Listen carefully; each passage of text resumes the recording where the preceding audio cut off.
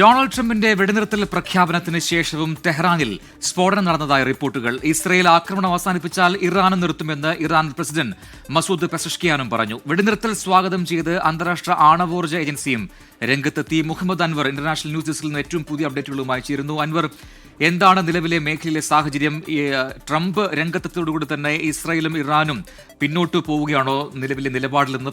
പക്ഷേ പുതിയ അപ്ഡേറ്റുകളൊന്നും വന്നത് കണ്ടില്ല. പക്ഷേ ചില ഇടങ്ങളിലൊക്കെ ആക്രമണങ്ങൾ റിപ്പോർട്ട് ചെയ്യുകയും ചെയ്തു എന്നൊക്കെ ഇറാൻ മാധ്യമങ്ങളടക്കം പറഞ്ഞല്ലോ. എന്താണ് നിലവിലെ സാഹചര്യം? നിലവിലെ സാഹചര്യം, അമേരിക്കൻ പ്രസിഡന്റ് ഡൊണാൾഡ് ട്രംപ് നേരിട്ട് ഇസ്രായേലിനെ വാൺ ചെയ്തതിനു ശേഷം, മുന്നറിയിപ്പ് നൽകിയതിനു ശേഷം പുതിയ സ്ഫോടനങ്ങളൊന്നും ഇരു രാജ്യങ്ങളിൽ നിന്നും ഉണ്ടായിട്ടില്ല എന്നാണ് അവിടെ നിന്ന് നൽകുന്ന ഏറ്റവും സന്തോഷകരമായ സമാധാനകരമായ വാർത്ത. എന്നാലും തെഹ്റാനിലും ചെറിയ ചില സ്ഫോടനങ്ങൾ ഉണ്ടായി.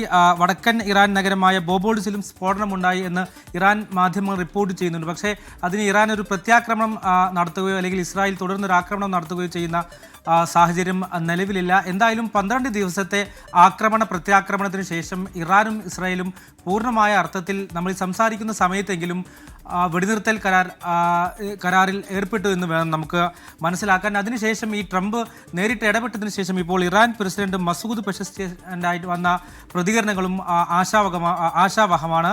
അതിൽ ഇറാൻ തുറന്ന ചർച്ചകൾക്ക് തയ്യാറാണ്, ഇറാന്റെ താല്പര്യങ്ങൾ സംരക്ഷിക്കുമെന്ന് അദ്ദേഹം പറയുന്നുണ്ടെങ്കിലും ഇറാൻ തുറന്ന ചർച്ചകൾക്ക് തയ്യാറാണെന്ന് ഇറാൻ പ്രസിഡന്റ് പ്രാദേശിക മാധ്യമങ്ങൾക്ക് നൽകിയ അഭിമുഖത്തിൽ പറഞ്ഞിട്ടുണ്ട്. ആദ്യം ഇനി ഈ യുദ്ധവുമായി ബന്ധപ്പെട്ട്, സംഘർഷ സാഹചര്യവുമായി ബന്ധപ്പെട്ട് ഇറാൻ ഒരിക്കലും ഇനി ആദ്യം ഇസ്രായേലിനെ ആക്രമിക്കില്ലെന്നും ഇസ്രായേൽ ഈ വെടിനിർത്തൽ കരാറുമായി മുന്നോട്ട് പോവുകയാണെങ്കിൽ ഒരു പ്രശ്നവുമില്ലെന്നും അദ്ദേഹം പ്രാദേശിക മാധ്യമങ്ങൾക്ക് അനുവദിച്ച അഭിമുഖത്തിൽ വ്യക്തമാക്കുന്നുണ്ട്. ഇതിനുശേഷം ഇപ്പോൾ അന്താരാഷ്ട്ര ആണവോർജ്ജ ഏജൻസിയും ഈ വെടിനിർത്തലിനെ സ്വാഗതം ചെയ്ത് രംഗത്ത് വന്നിട്ടുണ്ട്.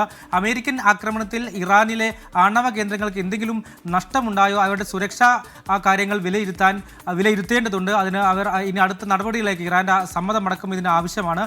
ആ തരത്തിലുള്ള നടപടിയിലേക്ക് കടക്കുമെന്ന തരത്തിലുള്ള പ്രതികരണങ്ങളും അവരുടെ ഭാഗത്തുനിന്നുണ്ട്. ഇപ്പോൾ നമ്മൾ ഈ വാർത്ത റിപ്പോർട്ട് ചെയ്യുമ്പോൾ ഏറ്റവും അവസാനമായി അമേരിക്കൻ പ്രസിഡന്റ് അദ്ദേഹം ഹേഗിലേക്കുള്ള നാറ്റോ സമ്മിറ്റിന് വേണ്ടി പോവുകയാണ്. അദ്ദേഹത്തിന്റെ ഏറ്റവും പുതിയ പ്രതികരണം ഇറാനിലെ ആണവ സൗകര്യങ്ങൾ നശിപ്പിക്കാൻ, അതായത് ഒരു വലിയ അംഗീകാരമായി അദ്ദേഹം തന്നെ കാണുകയാണ്.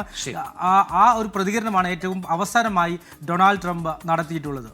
മുഹമ്മദ് അൻവറാണ് ഇന്റർനാഷണൽ ന്യൂസ് ഡെസ്കിൽ നിന്നും പുതിയ വിവരങ്ങൾ പങ്കുവച്ചത്.